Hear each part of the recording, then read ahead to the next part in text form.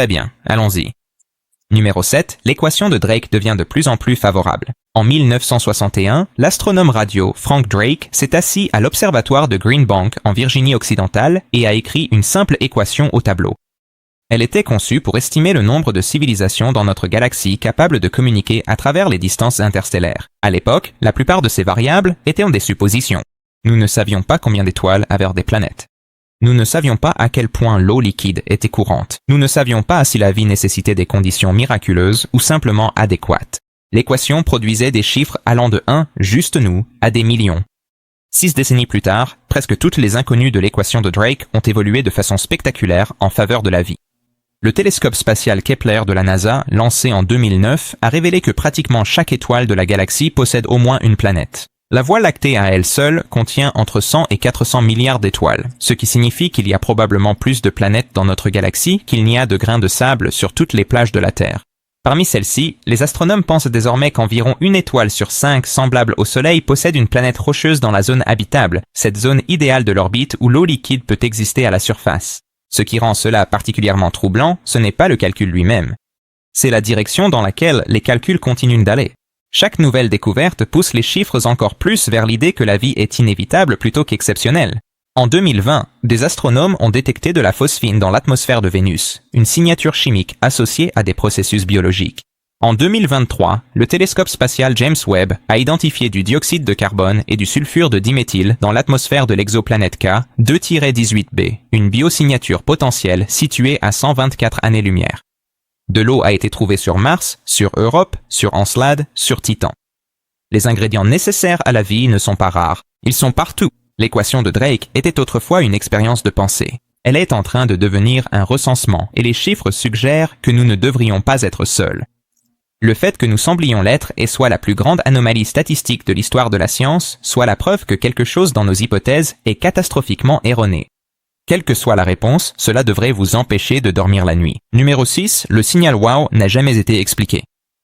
Le 15 août 1977, l'astronome Jerry Ehman examinait les données du radiotélescope Big Ear de l'Université d'État de l'Ohio lorsqu'il remarqua quelque chose qui le poussa à entourer l'impression en rouge et à écrire un seul mot dans la marge. Wow!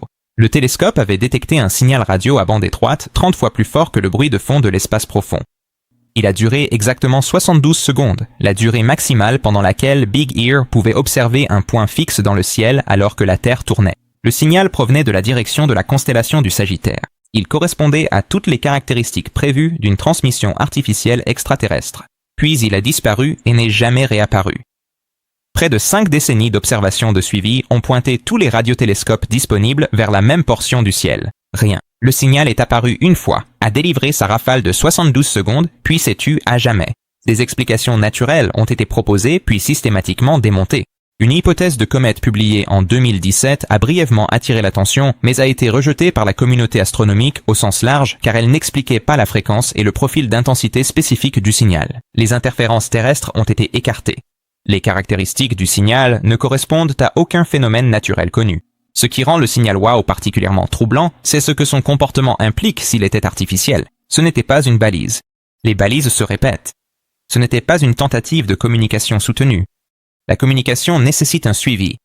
Une seule transmission de 72 secondes dirigée dans notre direction générale ressemble à quelque chose de très précis. Un balayage, un ping, l'équivalent électromagnétique d'une impulsion sonare de sous-marin balayant une région de l'espace pour cartographier ce qui s'y trouve, puis passant à autre chose. Si une civilisation avancée sondait la galaxie à la recherche d'espèces technologiques émergentes, elle n'installerait pas un émetteur sur un seul système stellaire indéfiniment. Elle balayerait. Elle enverrait de brèves impulsions puissantes à travers des millions de cibles, répertoriant celles qui avaient développé une technologie radio suffisamment avancée pour détecter le signal. Le signal WOW nous a atteints pendant la courte fenêtre où nous écoutions justement avec le bon équipement pointé dans la bonne direction. Les chances de capter une seule impulsion lors d'une brève fenêtre d'observation sont astronomiquement faibles, ce qui signifie soit que nous avons été extraordinairement chanceux, soit que la galaxie est remplie de ces impulsions et que nous n'en captons qu'une infime fraction. L'implication la plus troublante n'est pas le signal lui-même. C'est le silence qui a suivi. Quoi que ce soit qu'il ait envoyé a obtenu ce dont il avait besoin de nous en 72 secondes et est passé à autre chose. Nous avons été enregistrés, catalogués, et nous n'avons aucun moyen de savoir ce qu'il advient des civilisations qui se retrouvent dans ce catalogue. Numéro 5, Oumuamua s'est comporté comme aucun objet naturel jamais observé. En octobre 2017, des astronomes de l'observatoire Haleakala à Hawaï ont détecté quelque chose d'inédit. Un objet traversait notre système solaire sur une trajectoire confirmant qu'il venait de l'espace interstellaire, le tout premier visiteur de ce type jamais identifié. Ils l'ont nommé Oumuamua, ce qui signifie « éclaireur » en hawaïen. Le nom s'est avéré étrangement approprié. Dès sa détection, Oumuamua a défié tous les modèles que les astronomes lui appliquaient. Sa forme était extraordinaire, environ 400 mètres de long, mais seulement 40 mètres de large, ce qui lui donnait un rapport longueur-largeur de 10:1, contrairement à tout astéroïde ou comète connu. Il tournoyait dans l'espace selon un schéma de rotation complexe qui ne correspondait pas au processus de formation naturelle. Sa surface réfléchissait la lumière d'une manière incompatible avec celle des corps rocheux ou glacés typiques. Mais l'anomalie qui a véritablement suscité l'inquiétude scientifique est survenue alors qu'Oumuamua quittait le système solaire. Il a accéléré pas de façon spectaculaire, mais de manière mesurable. Sa trajectoire de sortie montrait une déviation par rapport à ce que la seule gravité aurait produit. Quelque chose le poussait. L'explication standard pour une accélération non gravitationnelle des objets spatiaux est le dégazage, c'est-à-dire la libération de matériaux volatiles à la surface d'une comète, créant un effet de propulsion par jet. Mais Oumuamua ne montrait aucune coma visible, aucune queue de gaz, aucune preuve spectroscopique de dégazage, quelle qu'elle soit. L'accélération existait sans qu'aucun mécanisme observable ne puisse l'expliquer. L'astronome de Harvard Avi Loeb a publié un article évalué par des pairs proposant que les propriétés d'Oumuamua étaient compatibles avec une voile solaire, une structure fine et plate propulsée par la pression du rayonnement solaire. La communauté scientifique a largement rejeté cela comme du sensationnalisme. Mais ce que les critiques n'ont pas réussi à fournir, c'est une explication naturelle qui rende compte de toutes les anomalies d'Oumuamua simultanément. Chaque modèle naturel proposé explique certaines propriétés tout en échouant à en expliquer d'autres. L'accélération sans dégazage, le rapport d'aspect extrême, les variations inhabituelles de luminosité, l'angle d'approche non hyperbolique suggérant qu'il ne s'agissait pas simplement d'un vagabond interstellaire aléatoire, mais qu'il avait voyagé à la vitesse précise du standard local de repos, étant essentiellement stationné par rapport à notre voisinage stellaire avant que la gravité du Soleil ne l'attire. Nous avons eu environ 11 jours d'observation détaillée avant qu'Oumuamua ne dépasse la portée de nos télescopes. Nous ne l'étudierons plus jamais. Quoi que ce fût, cela venait de l'extérieur de notre système solaire, s'est comporté d'une manière qu'aucun objet naturel ne devrait et a disparu dans le vide en emportant des réponses à des questions que nous avions à peine eu le temps de formuler. Peut-être que le plus troublant est l'implication statistique. Si Oumuamua était une anomalie sur 1 milliard, le détecter pendant notre brève fenêtre d'observation aurait été extraordinairement improbable. Les calculs suggèrent qu'il devrait y avoir des milliers d'objets similaires traversant notre système solaire à tout moment. Nous ne regardions tout simplement pas auparavant. Maintenant, nous le faisons. Et ce que nous découvrirons ensuite ne nous laissera peut-être pas le luxe d'explications naturelles rassurantes. Numéro 4. Les océans de la Terre regorgent d'objets que nous ne pouvons pas identifier. En 2004, le commandant David Fravor, un pilote de chasse de la Navy décoré avec 18 ans de service, effectuait un exercice d'entraînement de routine au large de San Diego lorsqu'il a été redirigé pour enquêter sur un contact inconnu. Ce qu'il a rencontré allait finalement remodeler la conversation mondiale sur les phénomènes aériens non identifiés. Un objet blanc, sans caractéristiques distinctes, en forme de capsule et mesurant environ 12 mètres de long, flottait au-dessus de la surface de l'océan, troublant l'eau en dessous de lui selon un motif circulaire. Lorsque Fravor est descendu pour enquêter, l'objet a reproduit ses mouvements avec une précision impossible, puis a accéléré d'un vol stationnaire à une vitesse hors de portée visuelle en moins d'1 seconde. Pas de gaz d'échappement, pas d'aile, aucune propulsion visible. Les données radars ont confirmé que l'objet était passé de 24 000 mètres à 15 mètres d'altitude en moins d'1 seconde, une manœuvre qui aurait généré des forces dépassant 5000 G, instantanément fatales pour tout pilote biologique et bien au-delà de toute technologie aérospatiale connue. Ce qui rend la rencontre de Fravor particulièrement significative, c'est qu'elle n'était pas isolée. Elle faisait partie d'un schéma. L'USS Princeton avait suivi des groupes d'objets anormaux au radar pendant 2 semaines auparavant. Ces objets apparaissaient à 24 000 mètres d'altitude, descendaient jusqu'au niveau de la mer, restaient en vol stationnaire, puis accéléraient à des vitesses hypersoniques, sans aucune signature de propulsion détectable. Plusieurs systèmes radars, plusieurs navires, plusieurs pilotes, tous ont enregistré les mêmes phénomènes sur plusieurs jours consécutifs. En 2017, le New York Times a révélé que le Pentagone exploitait un programme classifié appelé Advanced Aerospace Threat Identification Program depuis 2007, spécifiquement pour étudier ces rencontres. En 2020, le Pentagone a officiellement publié 3 vidéos de la marine montrant des objets non identifiés présentant des caractéristiques de vol défiant les lois connues de la physique. En 2023, le All Domain Anomaly Resolution Office a rapporté des centaines d'autres rencontres militaires avec des objets présentant des capacités similaires. D'anciens responsables du renseignement ont témoigné sous serment devant le Congrès que le gouvernement américain possédait des matériaux d'origine non humaine. L'aspect le plus troublant de ces révélations n'est pas un incident isolé. C'est la réponse institutionnelle. Les gouvernements ne passent pas des décennies et ne dépensent pas des millions de dollars à étudier des ballons météorologiques. Ils ne classifient pas les données des capteurs provenant de phénomènes aériens banals sous les plus hauts niveaux de sécurité. Ils ne créent pas de bureaux d'enquête dédiés ni ne tiennent de briefings parlementaires à huis clos au sujet d'aéronefs conventionnels. Quelque chose opère dans l'atmosphère et les océans de la Terre, démontrant une technologie bien au-delà des capacités humaines actuelles. Voyage transmilieu, passant sans transition de l'air à l'eau. Accélération instantanée sans inertie. Vitesse soutenue dépassant Mach 10 sans signature thermique. Il ne s'agit pas de rapports marginaux provenant de témoins peu fiables. Ce sont des observations confirmées par des capteurs issus des systèmes de détection militaires les plus avancés de la planète, opérés par du personnel formé n'ayant aucune raison d'inventer des preuves. Quoi que soient ces objets, ils sont présents ici depuis des décennies, voire plus longtemps. Ils semblent porter un intérêt particulier aux installations militaires, aux sites nucléaires et aux grandes étendues d'eau. Ils n'essayent pas de communiquer. Ils ne répondent pas aux tentatives d'interaction. Ils observent, démontrent des capacités qui ne devraient pas exister, puis disparaissent. Nous sommes observés par quelque chose qui veut que nous sachions qu'il est cela, mais qui n'a aucun intérêt à s'expliquer.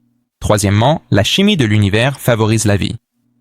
En 1953, un étudiant diplômé de 23 ans nommé Stanley Miller a rempli un ballon avec du méthane, de l'ammoniac, de l'hydrogène et de l'eau, les gaz que l'on pensait composer l'atmosphère primitive de la Terre. Il a scellé le système, appliqué des étincelles électriques pour simuler la foudre, et a attendu. En moins d'une semaine, la solution était devenue rose. L'analyse a révélé que le ballon contenait des acides aminés, les éléments fondamentaux des protéines et la base moléculaire de toute vie connue. Une chimie organique complexe était apparue spontanément à partir d'ingrédients inorganiques simples en moins de 7 jours.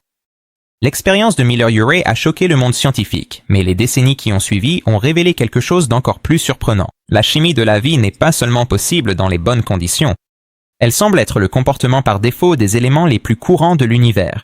Le carbone, l'hydrogène, l'oxygène et l'azote, les 4 éléments qui composent 96% de tous les organismes vivants, sont aussi 4 des 6 éléments les plus abondants du cosmos. L'univers n'est pas neutre envers la vie. Il est chimiquement prédisposé à la produire. Ce biais s'étend bien au-delà de la Terre. Plus de 200 molécules organiques différentes ont été détectées dans l'espace interstellaire, y compris des acides aminés trouvés dans des météorites qui précèdent notre système solaire. En 2009, la mission Stardust de la NASA a rapporté des échantillons de la comète Wild, 2 contenant de la glycine, un acide aminé essentiel à la vie, confirmant que les éléments constitutifs de la biologie existent dans le vide de l'espace profond. Des acides aminés ont été trouvés sur des astéroïdes. Des composés organiques complexes ont été détectés dans les atmosphères des géantes gazeuses. Les matières premières de la vie sont dispersées à travers le cosmos avec une abondance presque suspecte. Ce qui rend cela particulièrement significatif pour la question de la vie extraterrestre, c'est l'implication d'une chimie convergente. Si les éléments les plus courants de l'univers s'assemblent naturellement en molécules qui produisent la biologie, alors la vie n'est pas un hasard qui s'est produit une seule fois sur une planète. C'est une inévitabilité chimique qui devrait se produire partout où les conditions sont ne serait-ce qu'un peu adéquates. La Terre s'est formée il y a 4,5 milliards d'années. Les plus anciennes preuves de vie remontent à environ 3,8 milliards d'années. La vie est apparue presque immédiatement après que la surface de la planète se soit suffisamment refroidie pour retenir l'eau liquide. Il n'y a pas eu de longue période d'attente, ni de chaîne de coïncidences improbables. La chimie s'est produite rapidement, comme si elle était impatiente de se produire. L'univers produit de la chimie organique depuis plus de 13 milliards d'années, répartissant les ingrédients de la vie sur des billions de planètes dans des centaines de milliards de galaxies. L'idée que ce processus ait produit la vie une seule fois sur un seul monde exige une croyance en l'exceptionnalisme humain si extrême qu'elle frôle le délire. La chimie ne se soucie pas de notre confort. Elle continue de produire les mêmes molécules dans les mêmes configurations partout où nous regardons. Il y a quelque chose de vivant là-dehors. Les mathématiques et la chimie nous crient cela depuis des décennies. Nous n'étions tout simplement pas prêts à écouter. Deuxièmement, Mars a autrefois possédé tout ce dont la vie avait besoin. En 2004, le rover Opportunity de la NASA a roulé sur la surface de Meridiani Planum et a presque immédiatement découvert quelque chose d'extraordinaire.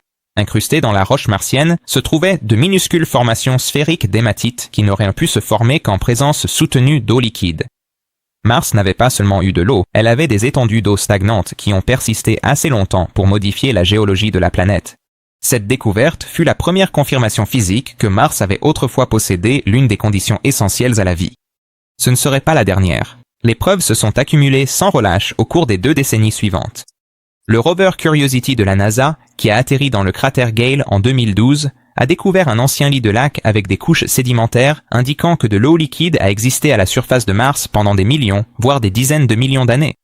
L'analyse de la chimie du lit du lac a révélé un environnement au pH neutre, avec les sources d'énergie chimique, le carbone, l'hydrogène, l'oxygène, l'azote, le phosphore et le soufre, nécessaires à la vie microbienne telle que nous la connaissons. En 2018, l'orbiteur Mars Express de l'Agence spatiale européenne a détecté un lac souterrain d'eau liquide sous la calotte polaire sud d'environ 20 km de large. Des analyses ultérieures ont suggéré qu'un réseau de plans d'eau souterrains pourrait exister à travers la planète. En 2023, le rover Perseverance, explorant le cratère G0, un delta de rivière asséché vieux de 3 milliards et demi d'années, a identifié des molécules organiques dans plusieurs échantillons de roches. Ce n'est pas une preuve définitive de vie, mais ce sont des signatures chimiques compatibles avec des processus biologiques. Ces échantillons sont actuellement scellés dans des tubes de collecte disséminés sur le sol du cratère en attendant une future mission de retour d'échantillons qui les ramènera sur Terre pour analyse dans les laboratoires les plus sophistiqués de la planète. Ce qui rend les preuves martiennes particulièrement convaincantes, ce n'est pas une seule découverte. C'est la convergence. Mars avait de l'eau liquide. Elle avait la bonne chimie. Elle avait des sources d'énergie. Elle avait une atmosphère protectrice. Elle a réuni ces conditions pendant des millions d'années, à une époque où la vie émergeait déjà sur Terre à partir de conditions similaires. Les 2 planètes se sont formées à partir de la même nébuleuse solaire, à peu près à la même distance de la même étoile, avec accès à la même chimie organique apportée par les mêmes comètes et astéroïdes. La question a discrètement changé au sein de la communauté scientifique. Les chercheurs ne se demandent plus si Mars aurait pu abriter la vie. Ils se demandent s'il est possible que la vie n'y soit pas apparue, compte tenu de tout ce que nous savons désormais sur les conditions qui existaient. La planète avait tous les ingrédients, toutes les conditions, toutes les opportunités pendant des milliards d'années. Si le prochain retour d'échantillons martiens confirme la présence de signatures biologiques dans ces tubes scellés, cela ne signifiera pas seulement que nous avons trouvé une vie extraterrestre. Cela signifiera que la vie est apparue indépendamment sur 2 planètes du même système solaire. Et si cela s'est produit 2 fois dans un même voisinage stellaire, l'univers n'abrite pas seulement la vie extraterrestre, il en est saturé. Chaque étoile que vous voyez dans le ciel nocturne devient alors une quasi-certitude plutôt qu'une simple supposition pleine d'espoir. Cette unique confirmation transformerait la question de « les extraterrestres existent-ils » en « à quelle distance se trouvent les plus proches et pourquoi ne nous ont-ils pas contactés ?» Le silence qui suit cette prise de conscience pourrait être plus effrayant que la découverte elle-même. Premièrement, l'univers est trop vieux et trop vaste pour que nous soyons seuls. En 1995, les astronomes Michel Mayor et Didier Queloz ont détecté la première exoplanète confirmée en orbite autour d'une étoile semblable au Soleil, 51 Pégasi b, une géante gazeuse située à 50 années-lumière de la Terre. Avant cette découverte, nous n'avions aucune preuve de l'existence de planètes au-delà de notre système solaire. L'idée d'autres mondes était alors purement théorique. En moins de 3 décennies, cette unique détection s'est transformée en un véritable déluge. En 2025, les astronomes ont confirmé plus de 5700 exoplanètes et des milliers d'autres attendent encore d'être vérifiées. Et cela ne représente que ce que nous avons découvert avec la technologie actuelle, qui ne peut détecter qu'une fraction des planètes existantes. En extrapolant à partir de ces données, les astronomes estiment désormais que la Voie lactée contient entre 100 et 300 milliards de planètes, rien que dans notre galaxie. Considérez ces chiffres. L'univers observable contient environ 2000 milliards de galaxies. Chaque galaxie contient des centaines de milliards d'étoiles. Chaque étoile héberge probablement plusieurs planètes. Le nombre total de planètes dans l'univers observable atteint un chiffre si grand qu'il en perd toute signification intuitive, de l'ordre de 10 puissance 24.